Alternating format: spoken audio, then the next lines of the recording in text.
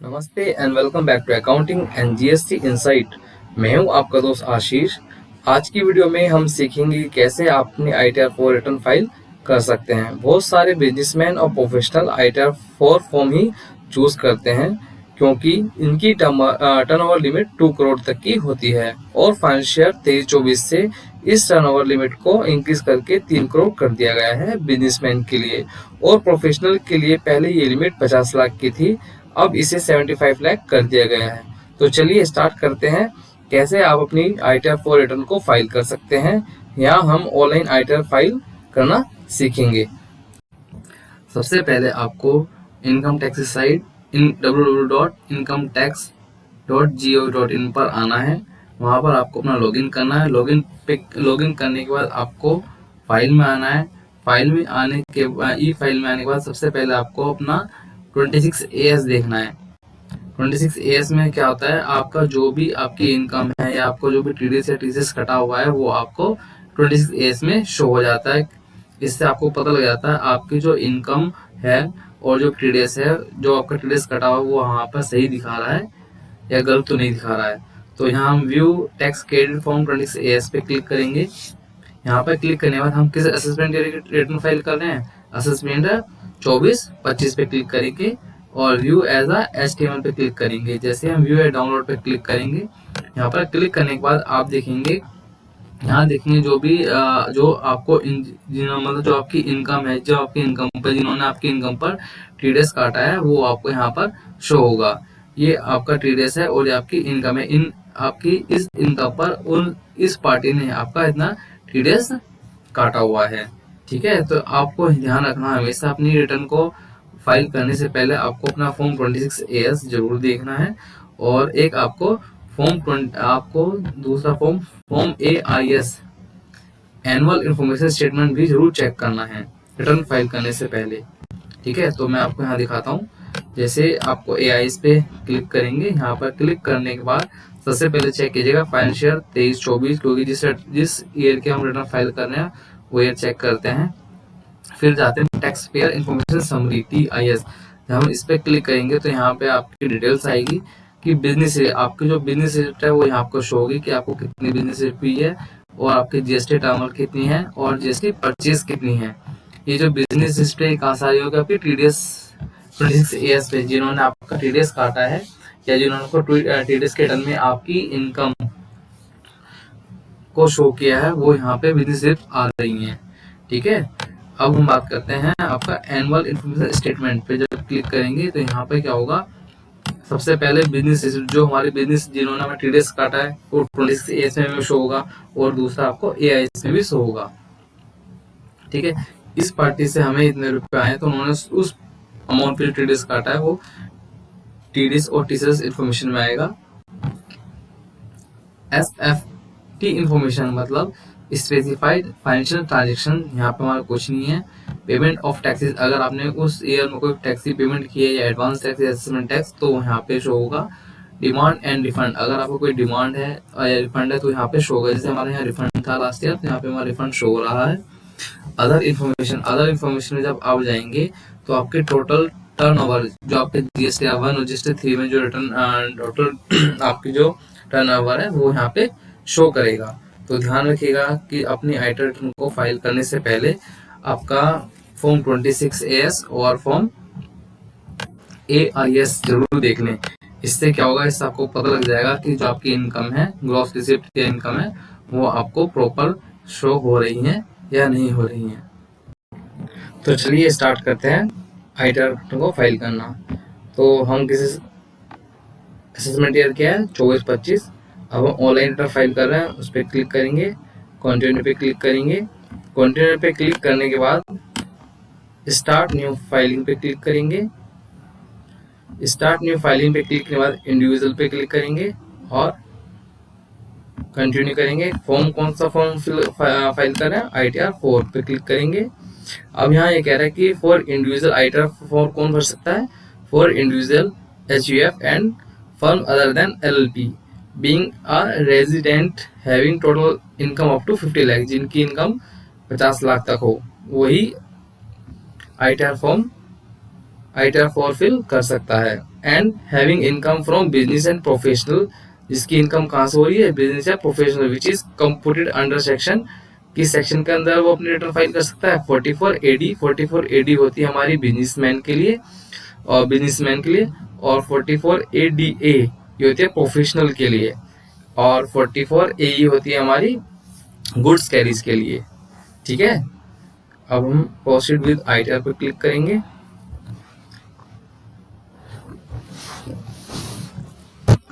अब हम यहाँ पर लेट्स गेट स्टार्ट पे क्लिक करेंगे।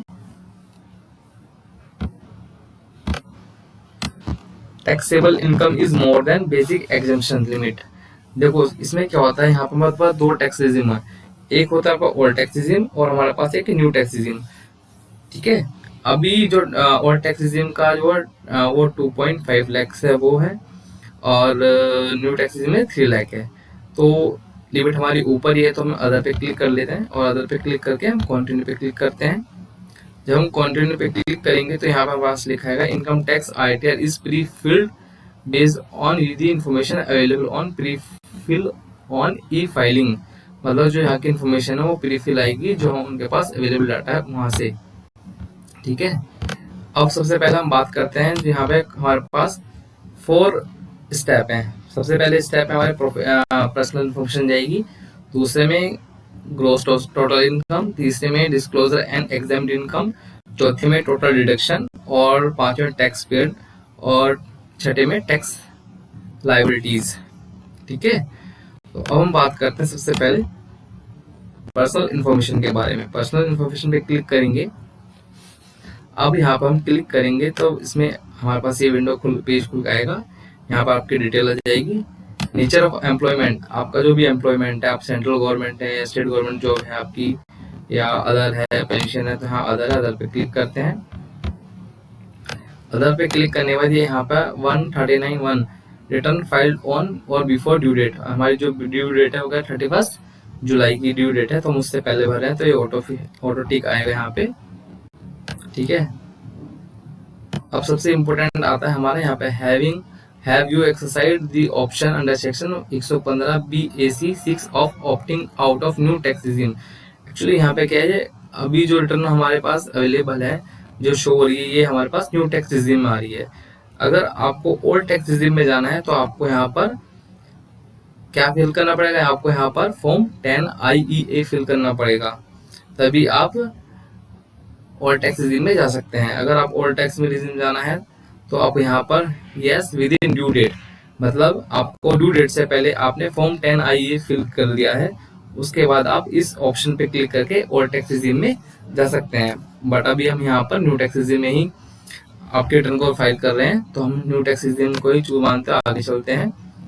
यहाँ कह रहा है whether this return is being filed by representative SSC, no, हम किसी हमारे उधर कोई रिप्रेजेंटेटिव हमारी रिटर्न को फाइल नहीं कर रहा है। यहाँ पर आपकी बैंक डिटेल ऐड होगी, अगर आपका जो भी बैंक डिटेल है वो आप यहाँ ऐड कर सकते हैं। अगर आपका 2 से भी ज्यादा बैंक अकाउंट है तो वहाँ पे ऐड करके इसमें आगे प्रोसेस कर सकते हैं। अब यहाँ पे कंफर्म कर देंगे। जैसे हम कंफर्म करेंगे तो आप देखेंगे हमारा ये जो वन विंडो है ये वाला पर्सनल इंफॉर्मेशन कंफर्म हो चुका है। अब हम नीचे सेकेंड टैब पे जाएंगे। अब हम यहाँ पर नेक्स्ट टैब पर क्लिक करेंगे, ग्रॉस टोटल इनकम पर क्लिक करेंगे। यहाँ पर जब हम क्लिक करेंगे तो सबसे पहले हमारे से यहाँ पे कुछ क्वेश्चन आता है, तो स्किप दी क्वेश्चन, हम क्वेश्चन को स्किप कर देते हैं, प्रेस करेंगे। सबसे पहले बनता है इनकम फ्रॉम सैलरी। अगर किसी बिजनेसमैन को कहीं से सैलरी मिल रही है तो उस सैलरी की डिटेल हम यहाँ पर फिल करेंगे। अगर मान लो जो भी आपको अगर सैलरी मिली है तो यहाँ पे एडिट करके और वहाँ पे सैलरी को आप सैलरी डाटा फिल करेंगे। अगर इनकम फ्रॉम हाउस प्रॉपर्टी, हम बात करते हैं इनकम फ्रॉम हाउस प्रॉपर्टी। अगर हम यहाँ पर सेल्फ ऑक्युपाइड पे क्लिक करते हैं तो यहाँ पर हमें न्यू टैक्स रिजिम में कोई भी बेनिफिट नहीं मिलेगा उसका। अगर हम लेट आउट प्रॉपर्टी पे क्लिक, अगर हमने प्रॉपर्टी को लेट आउट किया हुआ है, किराया रेंट पे दिया हुआ है, अगर मान लो हम वहाँ से 3.5 लाख रुपए में रिसीव हो रहा है रेंट, ठीक है, और उसका तो ऑटो बेस पे 30% उसका मेंटेनेंस चार्जेस जो मेंटेनेंस होता है वो माइनस हो जाता है। और interest payable on boring capital, अगर आप पूरे साल में जो आपने प्रॉपर्टी रेंट लेट आउट की हुई है, रेंट पे दी हुई है, और आपने उस पे लोन लिया हुआ था, तो उस लोन पे आप उसको 2 लाख तक इंटरेस्ट पेमेंट कर रहे हो, तो वो आपको यहाँ पे उसका रिबेट मिल जाएगा न्यू टैक्स रिजीम के अंदर। ठीक है, वो हम उसको मान ऐड कर लेते हैं।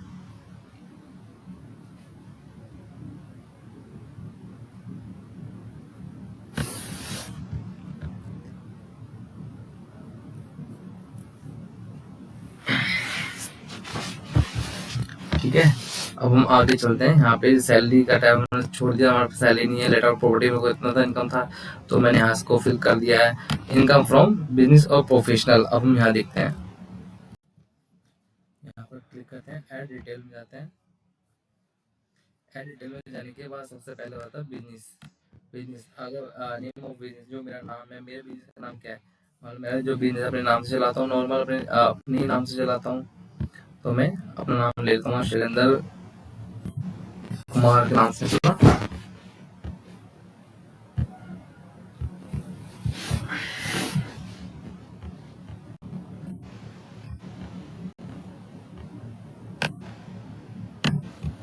जो मेरा बिजनेस का नाम है वो शैलेंद्र के नाम से मैं बिजनेस चलाता हूँ।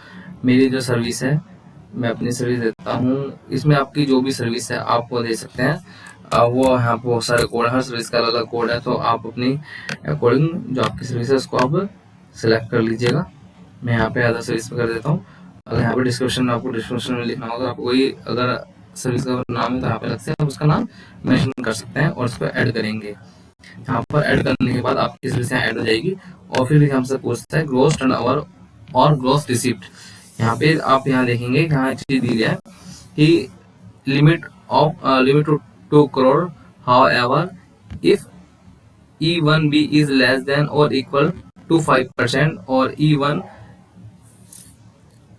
then the limit under E1 to extended up to 3 crore। मतलब अगर आपके पास जो रिसिप्ट है अदर देन कैश, जो रिसिप्ट है वो 95% से ज्यादा है, तो उस केस में आप 3 करोड़ तक टर्नओवर यहाँ दिखा सकते हैं।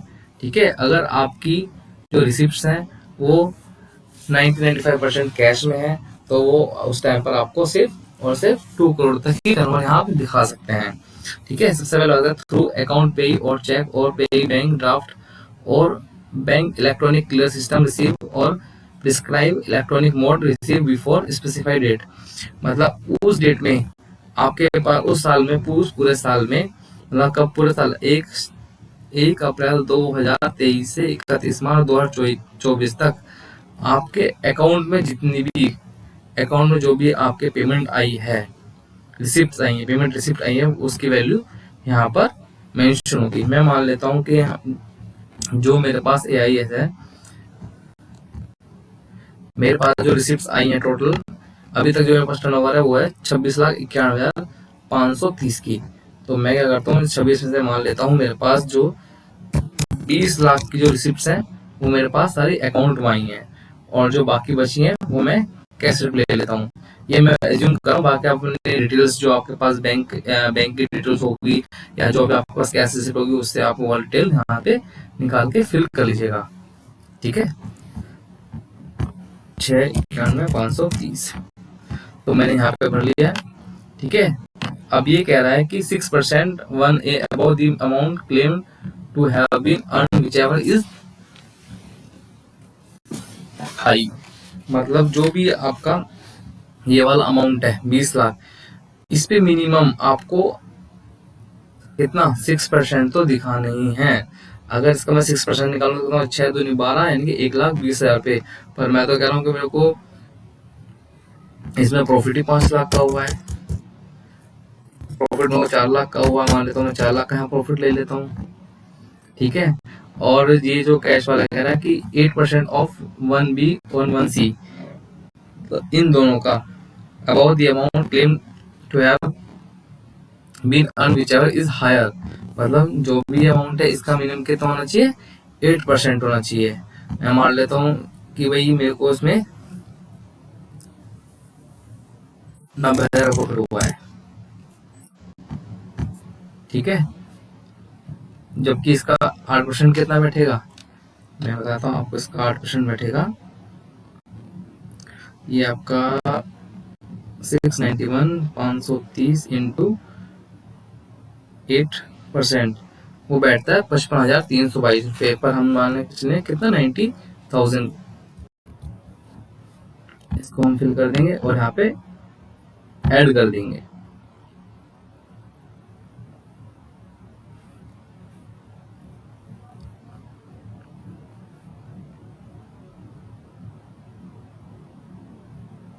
इसको जब हम ऐड करेंगे तो हम यहाँ पे हमारी इनकम फ्रॉम हाउस प्रॉपर्टी से जो इनकम आ रही थी वो यहाँ पे फिल कर दी है मैंने, ठीक है। और अगर यहाँ सैलरी से कोई इनकम तो सैलरी का मैंने ब्लैंक छोड़ दिया, जीरो कर दिया है। और इनकम फ्रॉम बिजनेस प्रोफेशनल से जो इनकम थी वो मैंने यहाँ फिल कर दिया 44AD में, क्योंकि हमारा जो बिजनेस था यहाँ पे वो शॉप वाला बिजनेस है, हमारे हम कोई सर्विस नहीं दे रहे हैं। अगर मेरी कोई सर्विस होती है, मान लो डॉक्टर की सर्विस होती है, मेरी प्रोफेशनल सर्विस होती, तो मैं यहाँ पे इसको डाटा को फिल करता, ठीक है। तो अब यहाँ पे जाऊंगा आगे, मेरे income from other sources. Income from other sources में आपके पास क्या हो सकता है, अगर आपके पास पूरे साल में 1 अप्रैल 2023 से 31 मार्च 2024 तक पूरे साल में बैंक अकाउंट, सेविंग अकाउंट में जो भी इंटरेस्ट अमाउंट आया हुआ वो आप यहाँ पर यस करके उस अमाउंट को यहाँ डालेंगे। अभी मैं नो कर देता हूँ, ठीक है। और आपका अगर आपने कोई FD की है पोस्ट ऑफिस से, या जो इंटरेस्ट आ रहा है वो आप यहाँ फिल करेंगे। अगर आपको कोई लास्ट ईयर की जो इनकम टैक्स रिटर्न थी उससे रिफंड आया तो वो यहाँ मेंशन करेंगे, ठीक है। इस तरीके से आप यहाँ पे डिटेल फिल करेंगे। अगर do you have income from family pension, अगर फैमिली पेंशन से कोई इनकम हो तो हम, या एनी अदर इनकम अगर आपके पास है तो उसको यस करके आप यहाँ लिखेंगे, ठीक है। अगर नहीं है तो उसको नो कर देंगे। और do you have dividend income, अगर आपके पास कोई डिविडेंड इनकम है तो वो भी आप यस करके यहाँ पे इसको फिल करेंगे, ठीक है। अभी मैं इसको कंटिन्यू करता हूँ।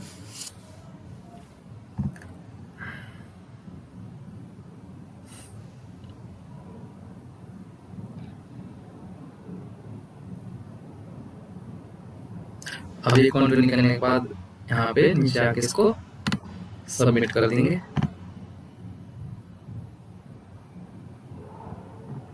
यहाँ सबमिट करने के बाद आप देखेंगे हमारा जो दूसरा टैब है ये भी कंप्लीट हो चुका है।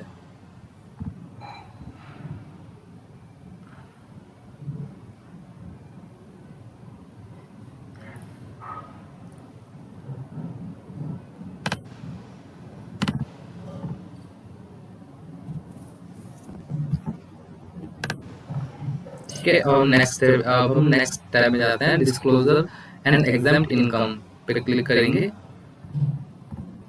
यहाँ पे क्या है, यहाँ पर financial particulars of the business, आपके जो बिजनेस है उसके पर्टिकुलर फाइनेंस जो होते हैं वहाँ पे मैं वो ऐड देने होते हैं। ऐड डिटेल पे जाएंगे।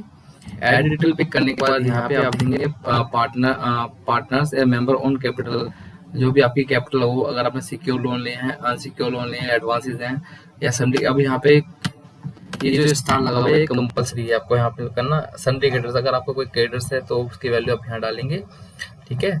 इन्वेंट्रीज है या सन्डी डेटर्स है तो उनकी वैल्यू आप यहाँ पे फिल करेंगे। अगर नहीं भी है तो आप उसको यहाँ पे 0 करेंगे, अदरवाइज वो आगे नहीं लेगा। जो भी आपके पास कैश इन हैंड है, मान लो कैश इन 50,000 रुपए है तो 50,000 रुपए यहाँ कैश इन लिख देंगे, ठीक है। और केटर्स आपके क्या मान लेते हैं 50,000 केटर्स है और आपके पास कैश पड़ा,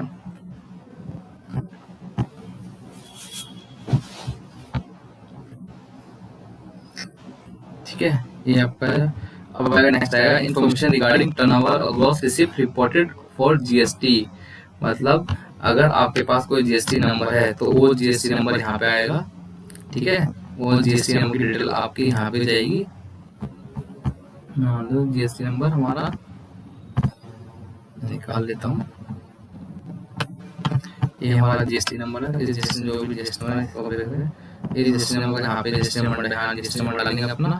और यहाँ पर जो आपकी सेल आ रही है अभी यहाँ पर कितने 26/91/530, तो यहाँ पर 26/91/530 यहाँ पे हम सेल ऐड करेंगे। ध्यान रखना ये जो सेल जो जीएसटी की आपकी सेल जो जीएसटी आपने अगर आपने जीएसटी 1 और जीएसटी 3 फाइल की है तो जो आपकी सेल रिसिप्ट वहाँ पे होंगी वही आपका डाटा सेम होना चाहिए। वो अब आपका डाटा मिसमैच नहीं होना चाहिए। अगर वो आपका डाटा मिसमैच होगा तो आपको नोटिस आ सकता है। यहाँ पे फिर ऐड करेंगे।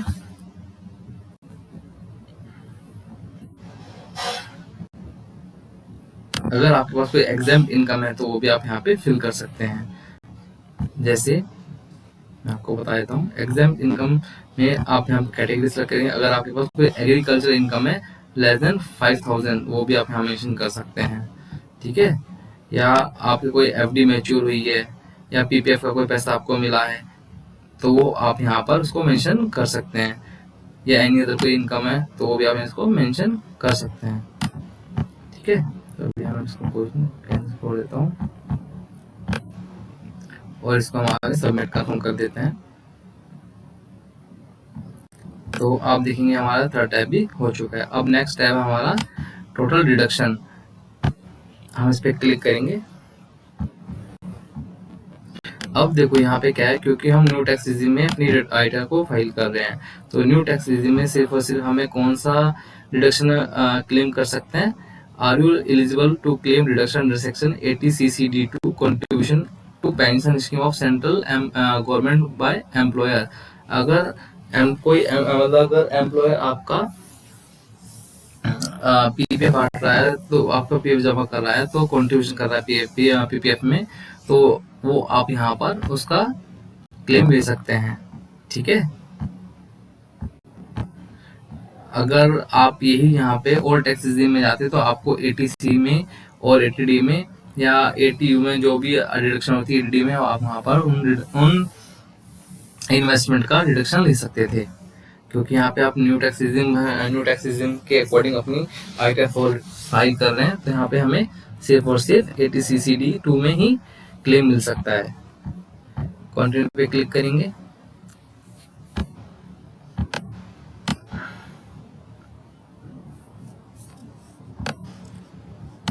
इसको कंफर्म कर देंगे।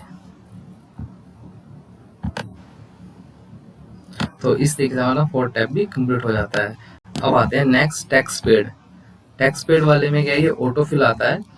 ज्यादा ये ऑटो फिल आएगा कि जो भी आपका टीडीएस काटा होगा, जिस पार्टी ने आपका टीडीएस काटा होगा वो चाहे वो आपका अदर देन सैलरी हो चाहे सैलरी हो, वो सब आपको यहाँ पे शो होगा। अगर कोई टीडीएस आपका कटा है और वो यहाँ पे शो नहीं हो रहा है तो उसको आप यहाँ पर ऐड करके भर सकते हैं। अगर कोई आपने एडवांस टैक्स पेमेंट की है या सेल्फ असेसमेंट टैक्स पेमेंट की है तो वो आप यहाँ पर ऐड करके उसकी डिटेल को, अगर आपने कोई सेल्फ असेसमेंट टैक्स पेमेंट की है तो उस पर क्लिक करेंगे। यहाँ पे क्लिक करेंगे, यहाँ पे उस चालान का बीएसआर, आप जो चालानी पेमेंट करेंगे उसमें यहाँ बीएसआर कोड होता है वो यहाँ मेंशन करेंगे, उसका सीरियल नंबर और डेट ऑफ डिपॉजिट और अमाउंट डाल के उसको ऐड कर देंगे। तो इस तरीके से अगर आप कोई भी सेल्फ असेसमेंट टैक्स या एडवांस टैक्स पेमेंट किया है तो वो चालान यहाँ पर ऐड कर सकते हैं अगर वो ऑटोफिल नहीं आ रहा है।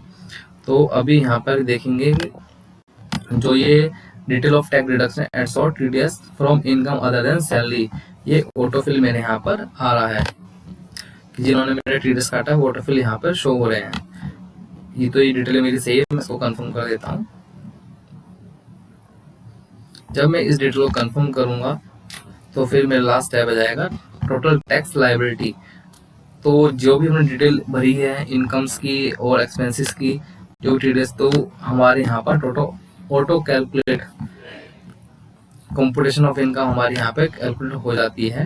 तो टोटल टैक्सेबल ऑन इनकम 11,750 जो रिबेट मिल जाती है अंडर सेक्शन 87A में, क्योंकि जो न्यू टैक्स रेजिम है इसमें हमें 7 लाख तक की इनकम पर जो हमारा टैक्स है वो हमारा 0 है, तो हमारा कोई भी टैक्स नहीं बनता है। हम इसको कंफर्म करेंगे। कंफर्म करने के बाद हम यहाँ पर देखेंगे, फिर इसका प्रोसीड पे क्लिक करेंगे। प्रोसीड पे क्लिक करने के बाद यहाँ आप देख सकते हैं you are eligible for a refund of ₹11,970, क्योंकि जो हमारी इनकम थी वो 7 लाख से कम है और हमारा जो टीडीएस कटा हुआ है तो वो हमारा जो टीडीएस इतना कटा हुआ हमारा सारा वापस आ जाएगा, ठीक है। अब रिव्यू रिटर्न पर क्लिक करके अपने रिटर्न को देख सकते हैं।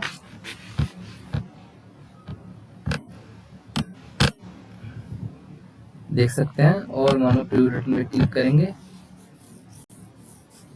और यहाँ पर आपका जो भी है उसको यस करके और उसको यहाँ पर आकर प्रोसेस करके सबमिट प्रोसेस टू प्रीव्यू करके फिर आगे आप उसको DSC के थ्रू या अपने आधार ऑथेंटिकेशन थ्रू उसको रिटर्न को सबमिट करेंगे और आधार ऑथेंटिकेशन को ई-वेरीफाई करेंगे। ई-वेरीफाई करने के बाद ही आपकी रिटर्न सबमिट होगी। तो इस तरीके से आप देखना कि अपने ITR4 रिटर्न खुद फाइल कर सकते हैं।